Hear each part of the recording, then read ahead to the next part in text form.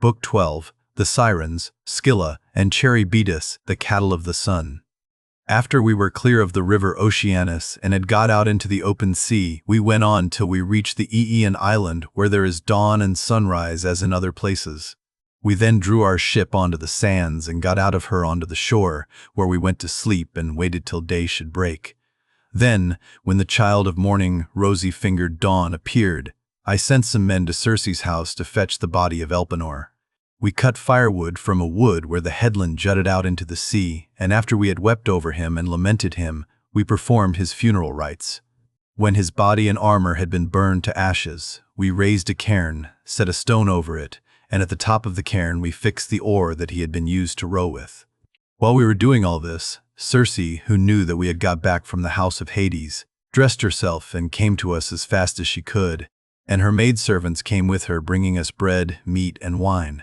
Then she stood in the midst of us and said, "You have done a bold thing in going down alive to the house of Hades, and you will have died twice, to other peoples once. Now, then, stay here for the rest of the day, feast your fill, and go on with your voyage at daybreak tomorrow morning.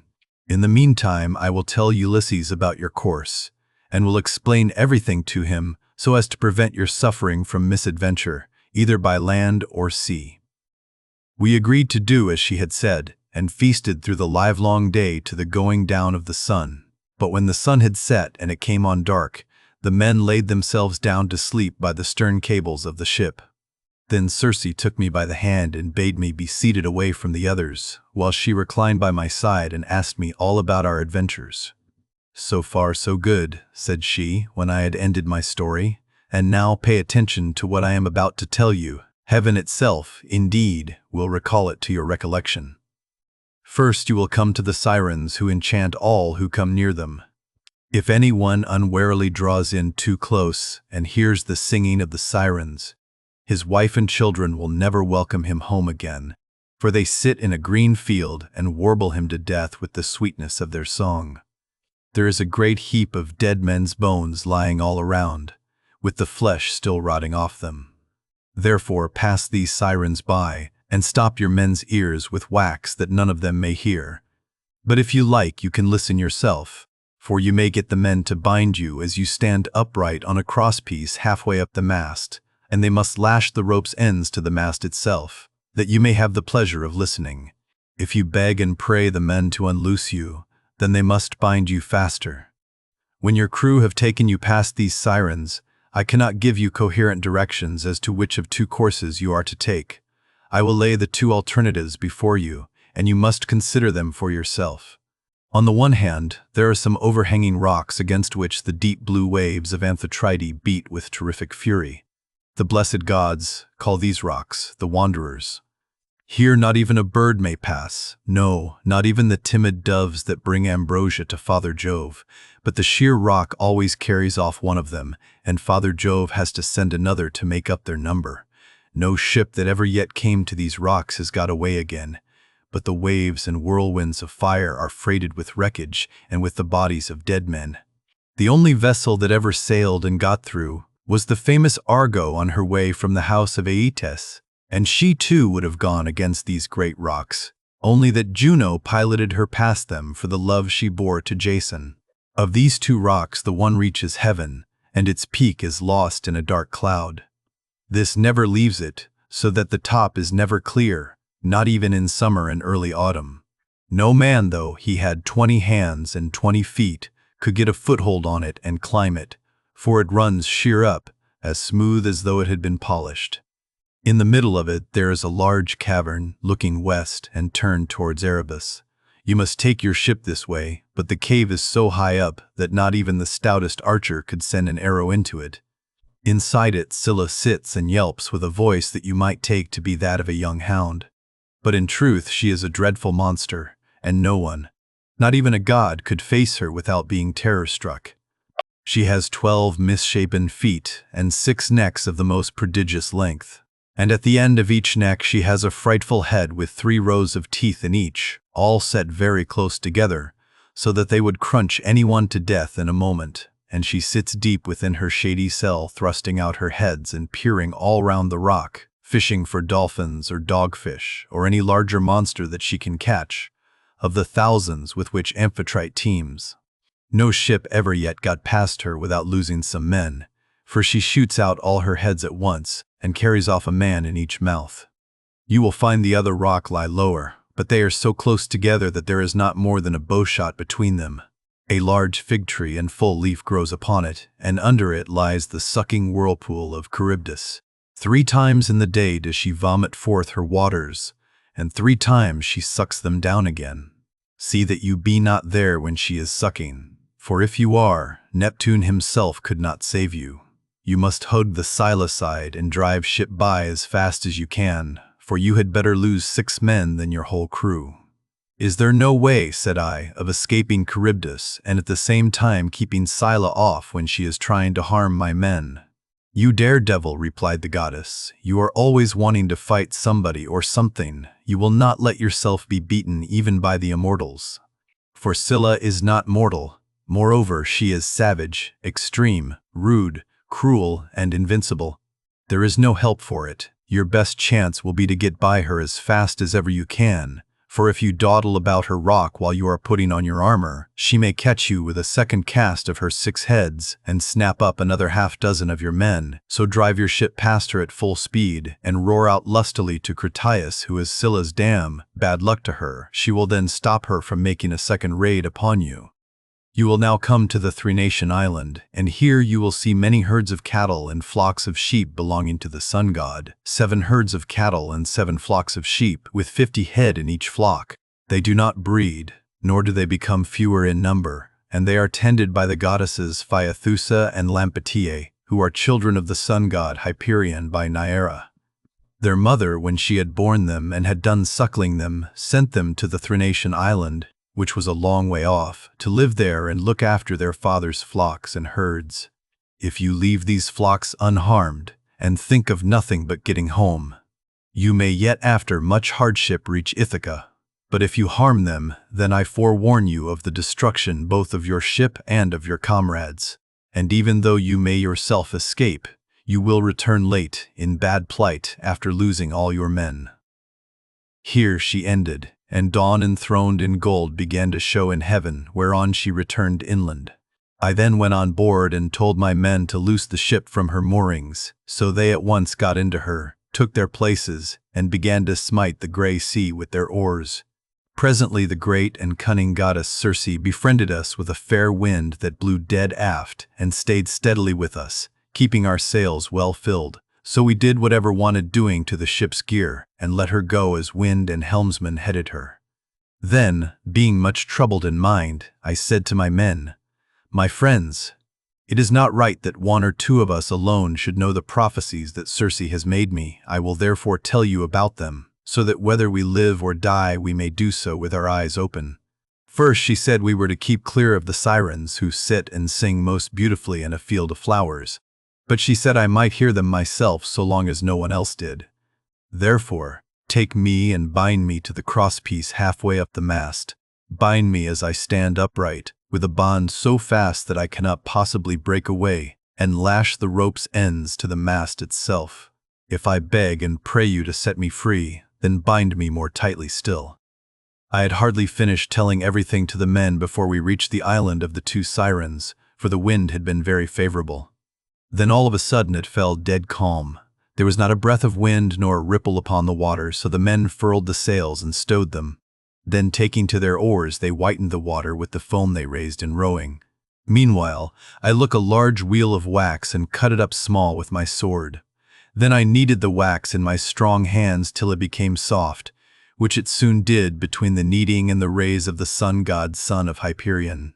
Then I stopped the ears of all my men, and they bound me hands and feet to the mast as I stood upright on the crosspiece, but they went on rowing themselves. When we had got within earshot of the land, and the ship was going at a good rate, the sirens saw that we were getting inshore and began with their singing. Come here, they sang, renowned Ulysses, honor to the Achaean name, and listen to our 2 voices. No one ever sailed past us without staying to hear the enchanting sweetness of our song. And he who listens will go on his way, not only charmed, but wiser. For we know all the ills that the gods laid upon the Argives and Trojans before Troy, and can tell you everything that is going to happen over the whole world."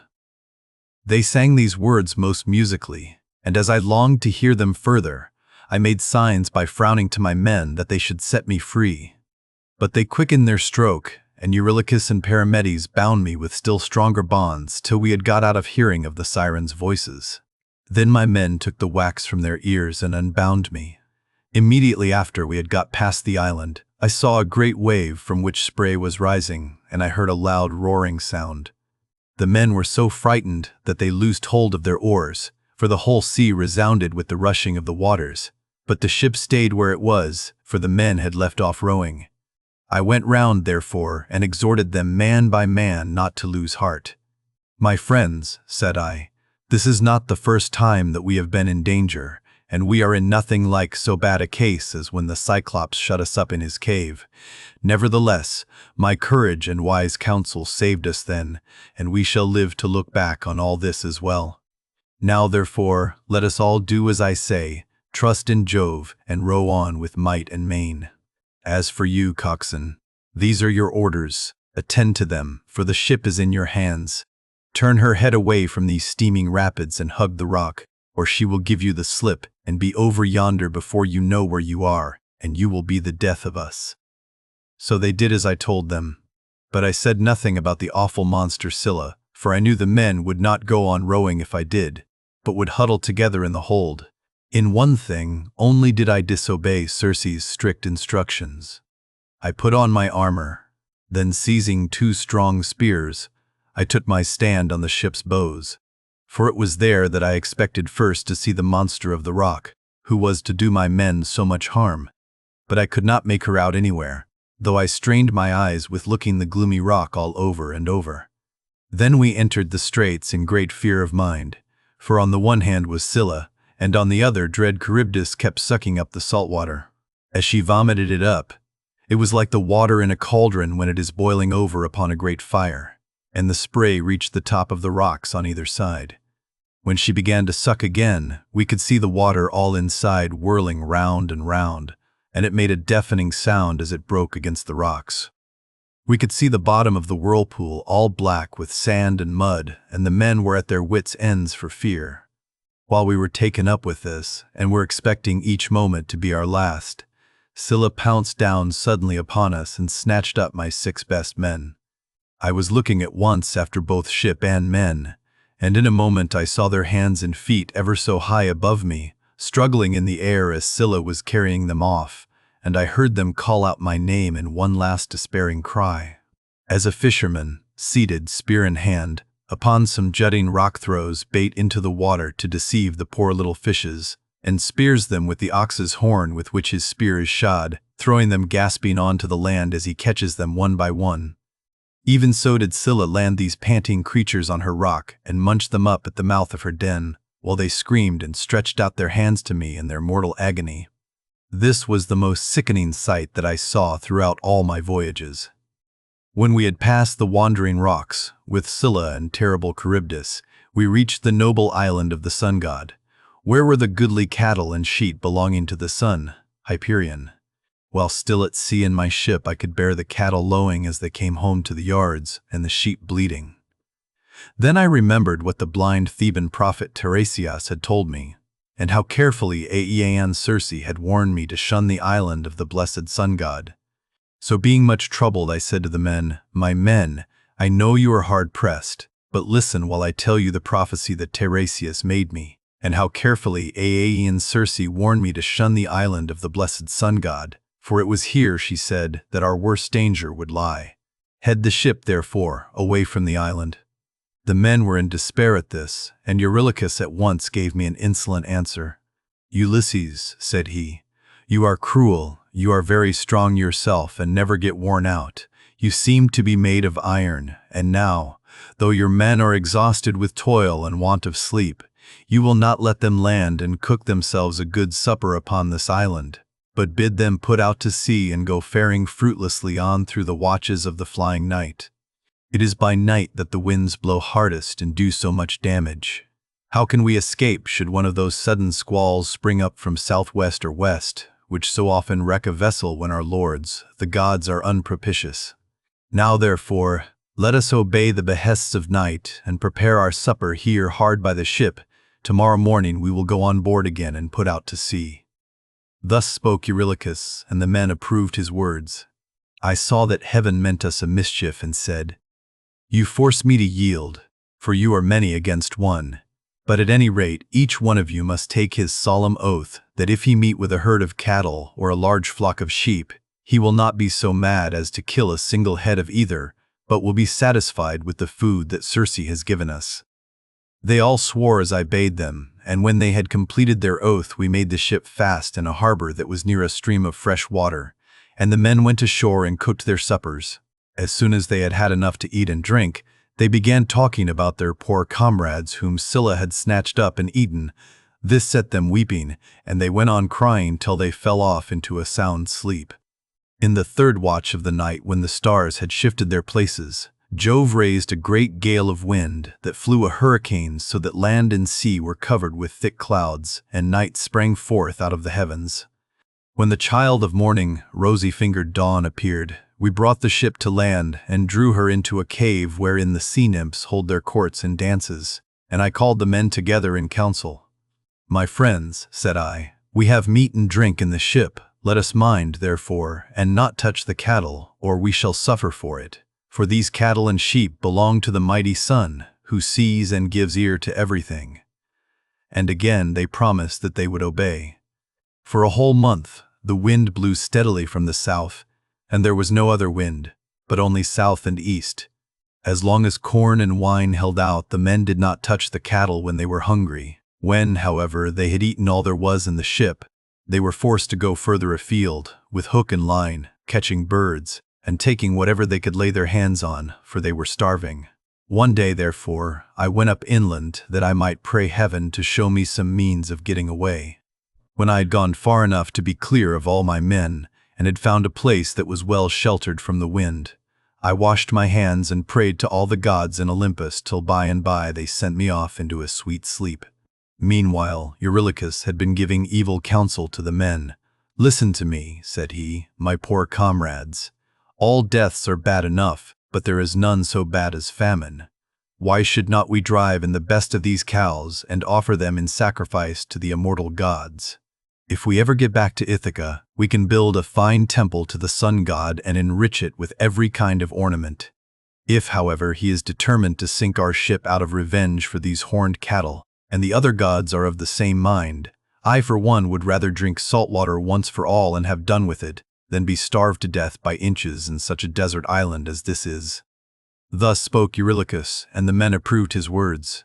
Now the cattle, so fair and goodly, were feeding not far from the ship. The men, therefore, drove in the best of them, and they all stood round them saying their prayers, and using young oak shoots instead of barley meal, for there was no barley left. When they had done praying, they killed the cows and dressed their carcasses. They cut out the thigh bones, wrapped them round in 2 layers of fat, and set some pieces of raw meat on top of them. They had no wine with which to make drink offerings over the sacrifice while it was cooking.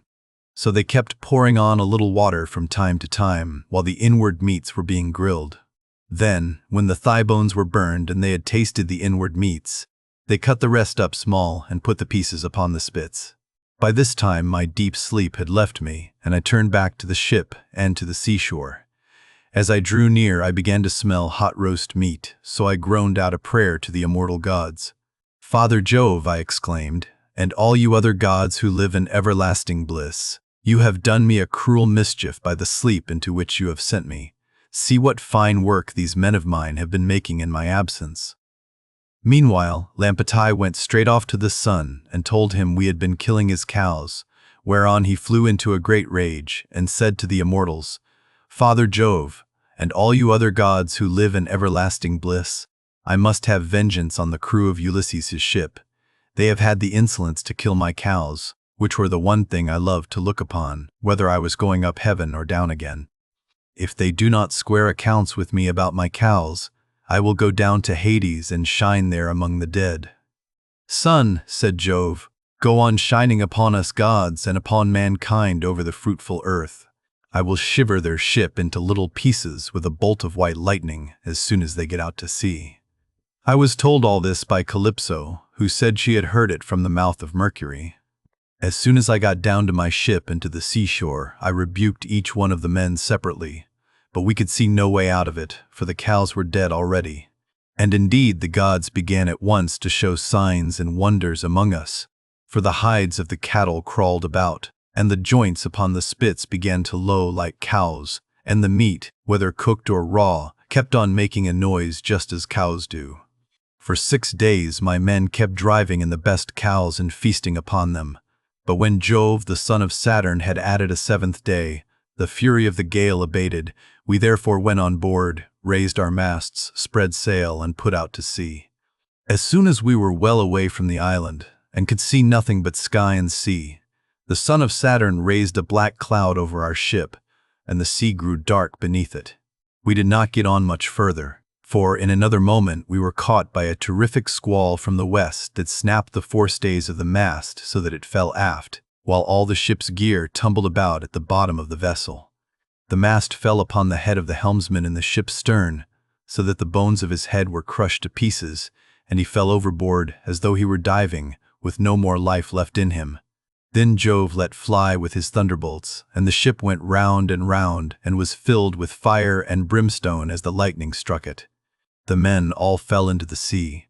They were carried about in the water round the ship, looking like so many seagulls, but the god presently deprived them of all chance of getting home again. I stuck to the ship till the sea knocked her sides from her keel, which drifted about by itself, and struck the mast out of her in the direction of the keel. But there was a backstay of stout ox thongs still hanging about it, and with this I lashed the mast and keel together, and getting astride of them was carried wherever the winds chose to take me. The gale from the west had now spent its force, and the wind got into the south again, which frightened me lest I should be taken back to the terrible whirlpool of Charybdis. This indeed was what actually happened, for I was borne along by the waves all night, and by sunrise had reached the rock of SCYLLA and the whirlpool. She was then sucking down the salt seawater, but I was carried aloft toward the fig tree, which I caught hold of and clung onto like a bat. I could not plant my feet anywhere so as to stand securely, for the roots were a long way off, and the boughs that overshadowed the whole pool were too high, too vast, and too far apart for me to reach them. So I hung patiently on, waiting till the pool should discharge my mast and raft again. And a very long while it seemed. A juryman is not more glad to get home to supper, after having been long detained in court by troublesome cases, than I was to see my raft beginning to work its way out of the whirlpool again. At last I let go with my hands and feet, and fell heavily into the sea, hard by my raft, onto which I then got, and began to row with my hands. As for SCYLLA, the father of gods and men would not let her get further sight of me, otherwise I should have certainly been lost. Hence I was carried along for 9 days, till on the 10th night the gods stranded me on the Ogygian island, where dwells the great and powerful goddess Calypso. She took me in and was kind to me. But I need say no more about this, for I told you and your noble wife all about it yesterday, and I hate saying the same thing over and over again.